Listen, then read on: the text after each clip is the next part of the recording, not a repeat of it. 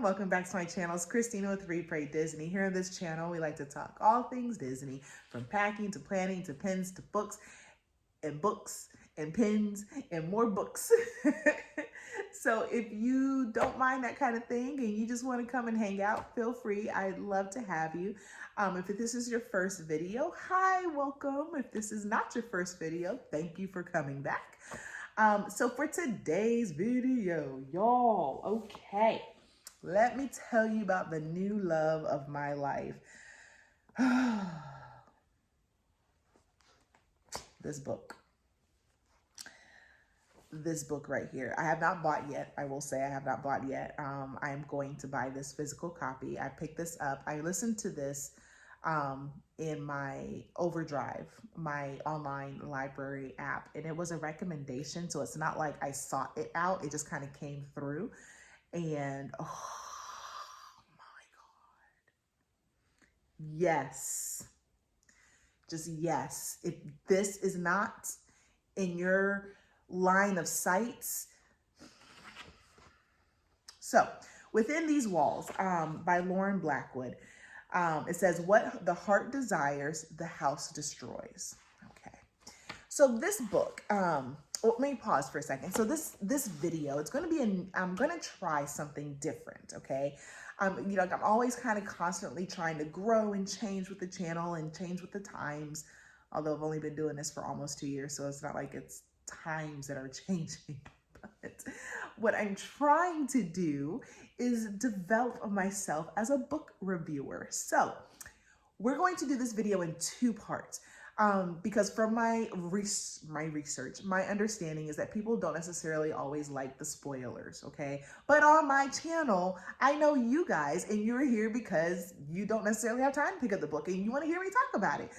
And that's fine too. So what we're going to do is we're going to break this up into 2 parts. My first part is going to be my official book review, right? I got notes and everything, right? I got a format and notes. And then the second part, we're going to get into the nitty gritty and what the book is really, really about and get into those spoilers, okay? So I will give you a warning. I'll tell you, hey, stop now. Don't go any further when I start transitioning to the spoilers. Cool? Cool. Okay. So Within These Walls by Lauren Blackwood. So let me tell you a little bit about Lauren Blackwood. Lauren Blackwood is here in Virginia. Oddly enough, like this is the second author of a book that I absolutely love, who's here in Virginia. But Lauren Blackwood, this is her debut book. And this book is currently, it was released like in October of 2021. So October 19th of 2021. Its page count is 336 pages. So it's not like a huge book. I want to say the audio was 8 hours, if I remember. And if I don't come back to it, y'all, the audio, Neka Okoyeme, oh Lord. And I thought I had it written down, but I didn't. The woman who reads the audiobook, she is phenomenal. I think that's half of why I like this book so much, is because of her audio. Her audio presentation on this whole story is bananas amazing. So if worst case scenario, definitely pick this up via audio. Wow, she does an amazing job. Okay, so anyway, so it's a YA book, and it fits in the category of paranormal and urban fantasy with a touch of romance. I don't know what urban fantasy is, because the book takes place in Ethiopia in a desert. In a mansion, but in a desert. So it's like, I don't know what's urban about that, but okay. But that's how it's categorized. And so essentially the official thing about it, it's a Jane Eyre retelling. So if anybody has ever heard of Jane Eyre or know of Jane Eyre, the story, the classic. So Jane Eyre is about this essentially peasant-like woman who has gone to this house to take a job. And I think, it's been forever since I've read or watched Jane Eyre, so I can't remember all the details, but essentially she takes a job in this mansion. The mansion has some spooky things going on, and in the meantime, her and the lord of the manor, essentially, Mr. Rochester, he is, he's this brooding you know, kind of guy, and they fall in love, and then they figure out what's going on in the attic, why his wife is stashed in the attic. Okay, so Jane Eyre, right? So that's what this book is. It's a Jane Eyre retelling. And oddly enough, I listened to an interview with Lauren Blackwood, and her next few, at least for sure, her next book is also going to be a classic retelling of sorts, but featuring and featuring the characters and setting in a Black setting. So like this particular one's taking place in Ethiopia, but that's not why I picked it up. I found that the content was great, but it's a bonus to read something so I'm not gonna say prolific, because it's not prolific, okay, but so ensnaring for me, and it had me looking up Ethiopian coffee ceremonies, had me want to go to an Ethiopian restaurant, like it really had me looking up some things. So anyway, the book itself discussed, so what we're doing with, hold on, text message. Okay. So what we're doing with this book, so just a quick telling of it. Essentially, it's what it is. We have our main character, who is Andromeda. Andromeda is a young Ethiopian woman. She's 19. And there is a magic system within this book, but it's not necessarily magic per se. It's kind of tied. It's this thing called the evil eye. And it's no different really from what we consider like the devil, and possession and things like that in a Christian setting. And they are Christian, and at least with Andromeda, she is a Christian. But what happens is there are these depteras that are ordained, I guess, by the church, that the church helps supply their training fees and stuff like that for their training, so they can go out and cleanse people and items and houses of the evil eye. And so the evil eye is, again, just this evil that people bring upon themselves because they're either too lustful, they're too jealous, they're too greedy. Think 7 deadly sins. They're too much of something. So the evil eye, they've invited the evil eye upon themselves. So essentially it's like a curse, and it can be passed down generationally, which is what happened in the case of our one of our main characters, which is Magnus Rochester. Yeah. So we have Andromeda, we have Magnus. So essentially, Andromeda goes to the house. She's there to cleanse the house. And in doing so, we learn a lot about Andromeda and her backstory. And then we also learn about Magnus and, of course, his backstory. But the two, they go through some things. They're essentially the opposites of each other, because Andromeda is this fierce, strong girl who literally has never been held, has never been touched. Granted, she was saved from the house of ill repute, because, did I tell you about that? Yeah, her family tried to sell her into a house of ill repute at the age of 5. And so the man who saved her, which is Jamba, who is in this area, a very famous, well-known Deptera, he saved her. He saw it happening. He had this inclination that he must do something, and so he did. Good on him. He saved her from that. He stole her, essentially, but no one really cared because it's a house of ill repute. And I'm saying house of ill repute in the nice way, okay? But you know what I'm saying, right? So anyway, yeah, so so anyway, we get to learn about her volatile relationship between Jamba and herself and Andromeda, and how he's raised her, but also really did a number on her. Physically, emotionally, mentally, like there's just so much, and she has a lot of baggage that she's dealing with. And so she goes into this house and she meets Magnus, who's her complete opposite.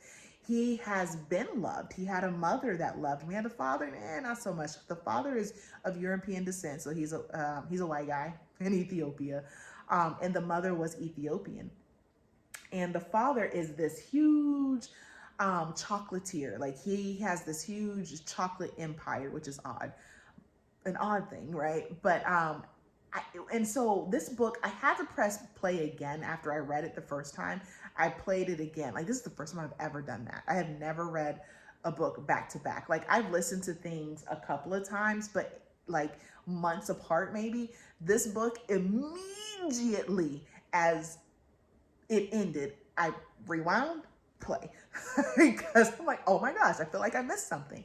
Because I want to catch all of the things. So here, we find out, so anyway, so like Magnus's parents, like I said, his dad is white, his mom is Ethiopian, but his dad was greedy, and so he brought in the evil eye. And what I think I missed was that his mom cursed the dad, but I'm not sure. Either way, the greediness of the dad for sure, it brought in the evil eye, and the dad died because of this, and it passed the curse on to Magnus. The mom dies, so like Magnus too doesn't. So he's in the same boat. He doesn't have any parents, but the thing about it is, he's wealthy. Man's buku rich, like billionaire rich, right? He's rich, right? And this takes place in the early 1900s, like late 1800s, early 1900s. So he is significantly wealthy. He has a housekeeper that essentially is his caretaker, and he's got to travel the world and do all these things. And Andromeda's done none of this, right? She is the epitome of streets. Like, girl, he went to reach to, like, I think it was a push, either it was to take something out of her hand or push her chair in or something like that. And she flinched and was ready to stab the dude. So anyway, the whole book takes place about the story takes place about her trying to cleanse the house and their budding relationship. And then things happen. And then towards the end, again, not spoiling, but towards the end, yeah, things come to a head. But it is a one book, right? So there is no other, there's no continuation of this story. It's almost like you want to know more, but she left it to where you're satisfied with the ending, very satisfied with the ending. So essentially, let's talk about some key components. So in my review, I want to say with this pace, the book pacing wise was very well done. It was, if I were reading it via book, it would have been a page turner. But since I was listening to it, it's still a page turner because I didn't want to stop.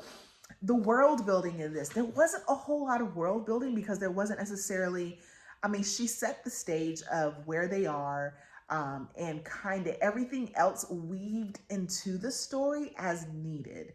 It wasn't like a whole chapter or two of this is Ethiopia, this is the economy, this is the type of things that are happening.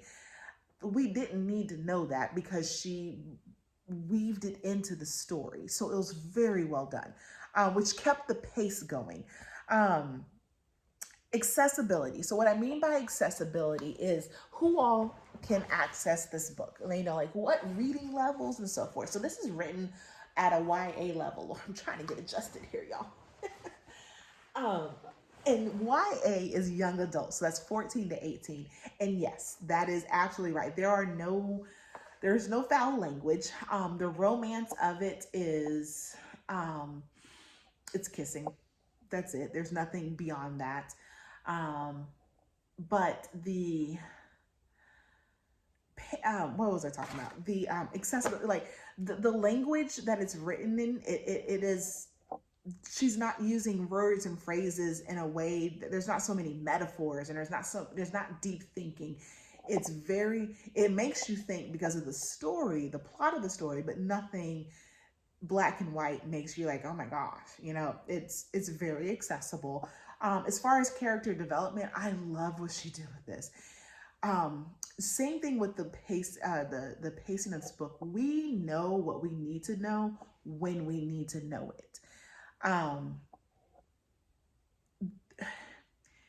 She didn't give us Andromeda's story full force, you know, like page 1 through 10 is all about Andromeda. This is her life, and this is all about Magnus and his life. It was again interwoven, but the main, like some of the main things you're holding on to, like, you know, like first of all, why did Andromeda get kicked out of Deptro training? You're like, oh my gosh, why? And it's always hanging in your mind, and she leaves it there, and she leaves it there, and then she drops it on you. You're like, oh, I get it. Oh, that's so hateful, but I get it. Oh my gosh, like Jamba. I think it's Jambara, but anyway, how our narrator says it, our audible actor, Jamba is remember he's Andromeda's father. He's the one that raised her, and he is a piece of work. But he is also the same he is the person I think that had the most character development in this story. Pay attention to him. If you pick this up, you got to pay attention to him. Pay attention to the things that he says, the things that he does. Oh, girl. Okay, and then content. All right. The story itself, I've already given you the synopsis of, but here's the thing about content. This story, it hits on so many, there's trigger warnings for, like, literally built, when the audiobook starts, they tell you about, there's some trigger warnings for this. But so essentially, what we're looking at here is that there are, our Magnus battles with depression. He also battles with ideations. Okay. And I think he even attempted, the violence between Jamba and but the violence Jamba has pushed on to Andromeda. It's not of the, sexual nature. So you can not think that it's not that, but it is physical, emotional, mental abuse that she endures through him. But again, it's like he's the guy that you hate him for this, and it almost poses the question: is he actually forgivable? Like, oh my gosh, it's so much. But anyway, so content wise, there are all those things that are happening, and again, Lauren Blackwood takes all of these heavy, dark topics, and she weaves it into this story, and it's still accessible. It's still, worthy of a 14-year-old. It's not so heavy that a 14-year-old can't understand it. And it's heavy enough that my almost 42-year-old self is like, wow. It really makes me think about some of my choices, and it really it resonates with when it comes to forgiveness, and how far is too far when it comes to the thing. How strong is too strong, Oh my gosh. So if you haven't already guessed, I need to talk about this book. Oh my gosh. So for my lovely people who don't like spoilers, you can end it here. Thank you for watching. I really appreciate it. And stay tuned for the next book. I will say this is one of my books that are in the Murder, She Read series, the Murder, She Read readathon. And what I decided to do with that is I'm actually going to just put out one video with all my books instead of trying to do multiple videos of each, because I want to wrap up each. But anyway, it's in my planning purposes. Okay. My Murder, She readathon readathon is going to be one video. And this is going to be part of that. So yeah, thanks for watching. So if you're still here in 5, 4, 3, 2, why am I doing that? 5, 4, 3, 2, 1. Ding, ding, ding, ding. Spoilers. Oh my God. Okay, so now them other people left the room. Let's really get the tea. All right, y'all. Let me tell you. Okay. So, okay. So Andromeda, like I said, Andromeda's like this fierce girl, right? And the thing about it is Andromeda, she's fierce. But like I told you, she's never been, like, Jamba never held her. He never touched her. Because the thing about Jamba is during this Deptera thing, that when they're cleansing houses and cleansing spirits, and with this evil eye, cleansing the evil eye from people and such, Jamba, he cleansed the house that had a very, I want to say deep is not the right, but a very evil eye. Okay. And it took a toll on him. So essentially it caused like this nerve damage into his system. And what it does, this nerve damage, is that he can't have skin to skin contact. He can have contact over skin and it doesn't bother him. But if he has skin to skin contact, it just shoots barbs and wires and knives through his skin. Okay, so that's his thing. Okay, and then on top of that, it also took his leg, so he has a peg leg too. So that's his thing. And so when he's raising Andromeda to be a Deptera because, you know, like I said, he saved her. It's not like he never really wanted kids or anything like that. It's just he couldn't let that girl go into that situation, that little baby girl. So about that, we don't get much information on that. We don't get much information about her parents and why they did this. The only thing we're led to believe is that, you know, sometimes people are just bad. And sometimes people just can't fathom a way out of their situation. So the only thing that they can do is bad things. I mean, and it's not a need to know. Like, it doesn't change what happened. So the author, Lauren, doesn't go into that so much. But so essentially, Jamba, like he's abusive. Like and his abuse comes from a deep, deep place of love. Okay, it's his form of love. He's trying to make her. He knows what the world is, right? So in his way of showing his love and making his love is to make her strong. That's his whole point, is that she needs to be strong. She needs to be better. She needs to be like Andromeda is this person who she has great empathy for people and has been to her detriment. She's not a pretty girl. I think she's pretty, but she's not a pretty girl. And whoever Lauren Blackwood's artist was to make this was amazing, because if you take a look at Andromeda, you see like she has the scar on her face and she has the scarring here on down her lips right here, and you see the in her eyes you can tell that, you know, she's on guard. You know, this is my Andromeda. And you know, sometimes you ever wonder, like, who would play these characters? I can't imagine anyone that I know that could, 1 minute, hold up. Oh, do I look like Andromeda? Could I play Andromeda? I can't play no 19-year-old. But anyway, but she's this fierce girl who, I mean, she's had it rough. Like, so her and Jamba, you know, like he just treated her. She has scars and bruises and all kinds of stuff, but that was his form of making her strong. So anyway, so Andromeda, so essentially he puts her out because we find out later in the book, not earlier in the book, because that's also one of those things you're like, well, why does he put her out? He puts her out because he doesn't want her to finish the Deptera training, because evidently you got to get like certified essentially in order for you to take on a job. And he chooses to put her out. Now she's good. Like, she almost has like an innate talent to make these amulets. So on her neck, you can see here.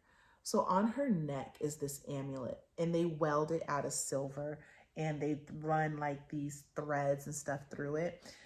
So essentially with Deptera training, in order to ward off these evil spirits, they make these amulets, and they do so by being able, it's almost like the gift of sight, being able to sense, like they're in the presence of the evil eye, and they can sense what type of thing can ward off, what type of amulet. And really all we know is that it's lines and curves and edges and threads that they make these amulets, and then they can hang them in rooms to ward off that spirit. And all the amulets are different based on the spirit, okay, based on the demon that's possessing the place. So she's really good at doing that. Like that is her thing. She's really good at doing that.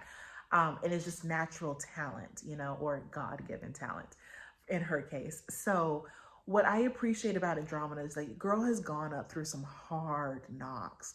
You know, she's dealt with Jamba her whole life. She's not the pretty girl.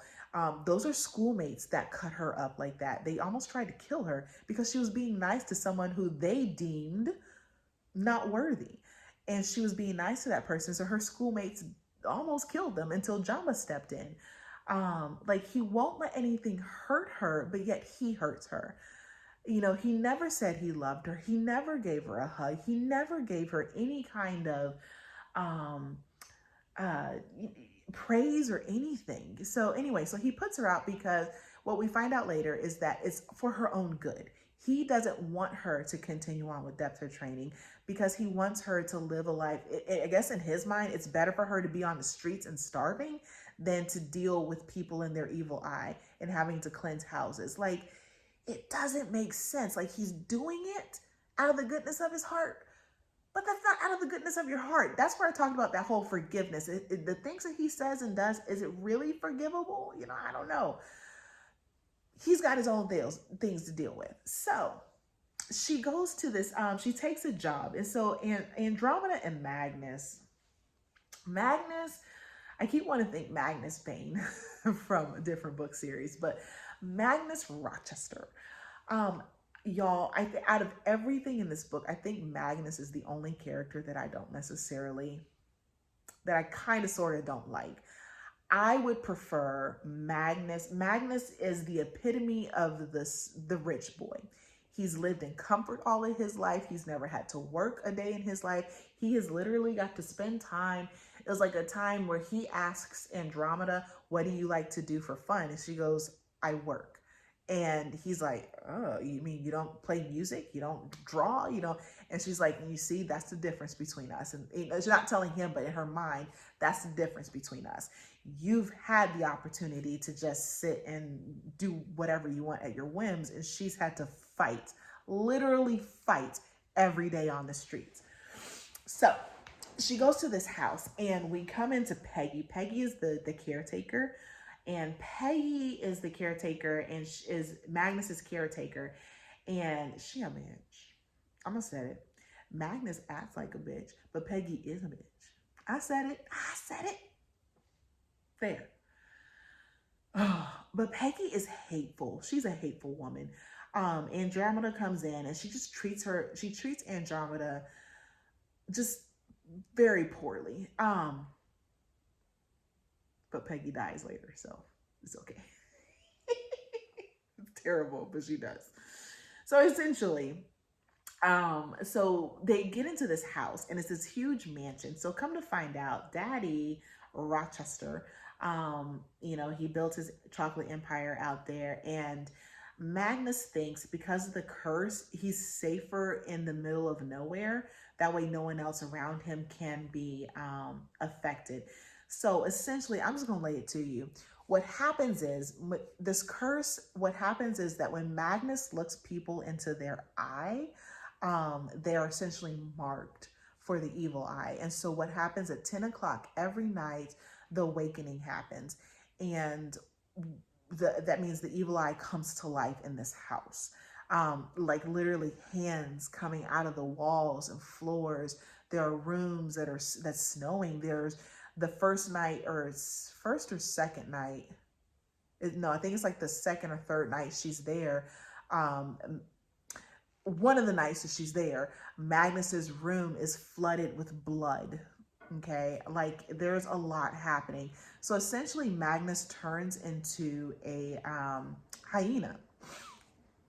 Now he turns into this hyena, but it's not him. It's literally the manifestation of this evil eye. And so he turns it into a hyena, and he's the one that's killing people. But the only people he kills is the people that he's actually made eye contact with. Okay, or people that have been in the hallways at 10 o'clock at night when the house comes, when the awakening happens. So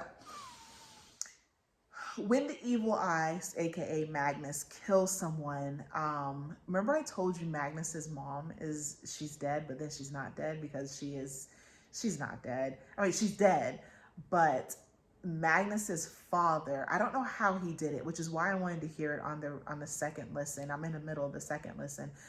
But my understanding is that Magnus's father paid somebody to take essentially his mother's soul and put it into clay. And so she is a clay being. Like, you can, when they touch her, she doesn't feel squishy. Like, I feel squishy, but she's cold, very cold and hard, but you could still hug her. But she doesn't speak, but she feels. It's weird. But essentially, she is in the house too. So Magnus, because he is the carrier of the curse, he can see the ghosts. He can see his mother as technically a clay ghost. He doesn't remember that he's this manifestation of the evil eye. He doesn't remember the hyena. Just does not remember it at all. Yeah, so that's how that kind of works. So essentially the way the story goes is that, she comes in, she wants to cleanse the house of all of this. But part of the problem is that, Magnus,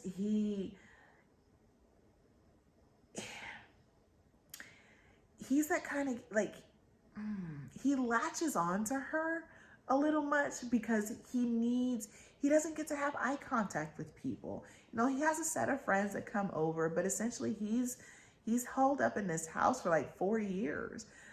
He's been held up in the house. He doesn't leave the house because he's afraid the evil will come with him as he leaves.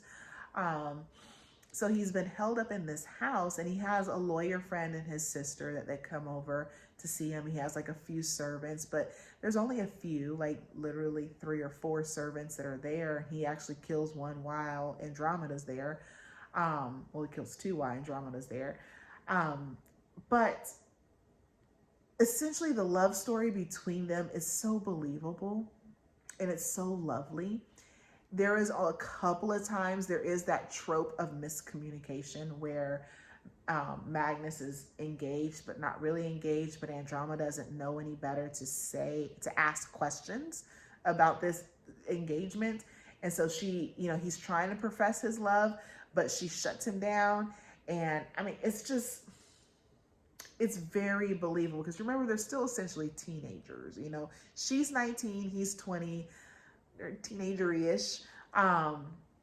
Neither one of them had a whole lot of life experience. Even though Magnus has been able to travel the world, he still has been carrying this curse. So it's not like he's been able to experience true intimacy with someone.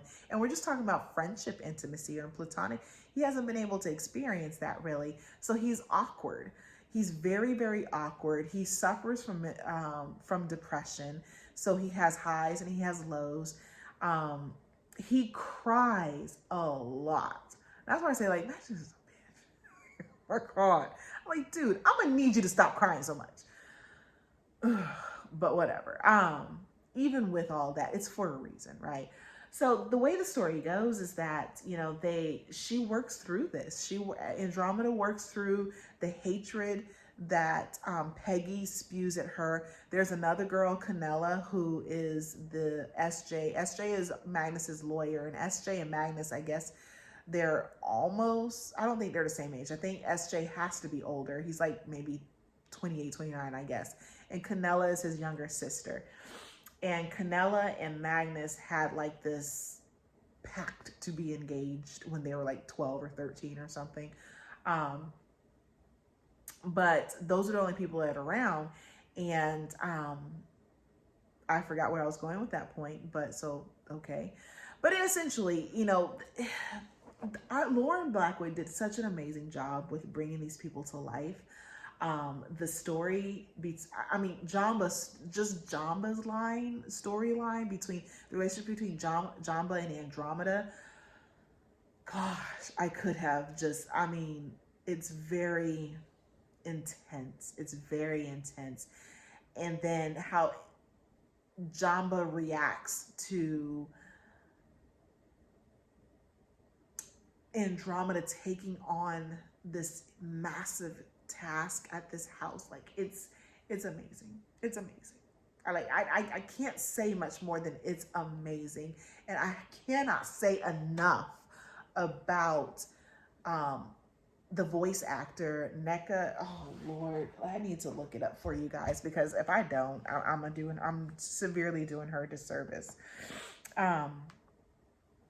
Hold on for a second. Okay, so the voice actor is NECA Okoye. NECA Okoye is,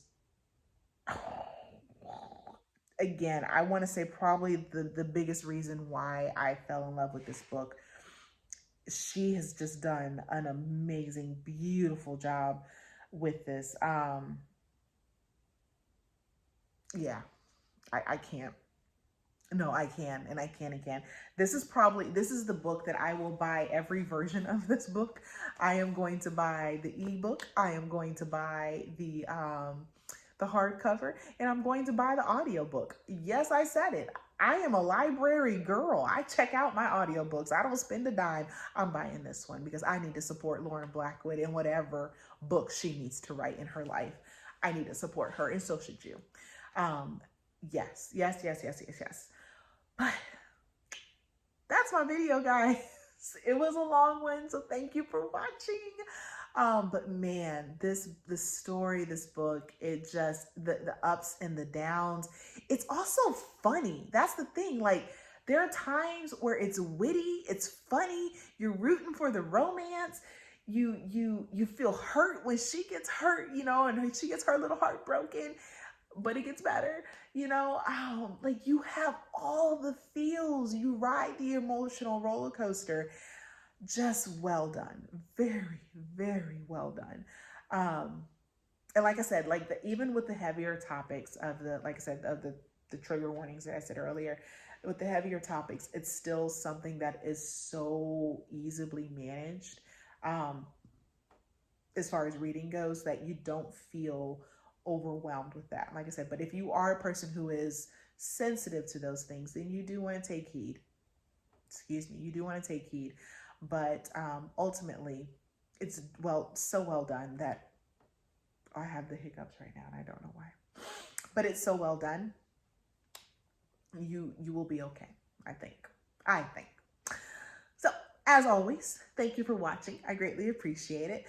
If you haven't already, hit a like and subscribe. What are you waiting for? It's just a small little button. It don't cost you nothing. Just push the button. Leave me a comment down below. Comment down below. Are you interested in this? I didn't think I'd ever be interested in a horror book, but there's really not that much horror. And it's not grotesque either. Again, because it's tailored to 14 to 18-year-olds. So you're not like getting Stephen King level horror or anything or Clive Barker horror. You're not getting that at all. It's a little scary. You got bloody walls, things reaching up and grabbing, and spiders. But to me, it feels like Halloween. So thank you again for watching. Let me know in the comments below if you think you pick it up. If not, if you have another recommendation, or just say hi. I like it when people say hi. So have a magically blessed day, and I'll be praying for you. Bye.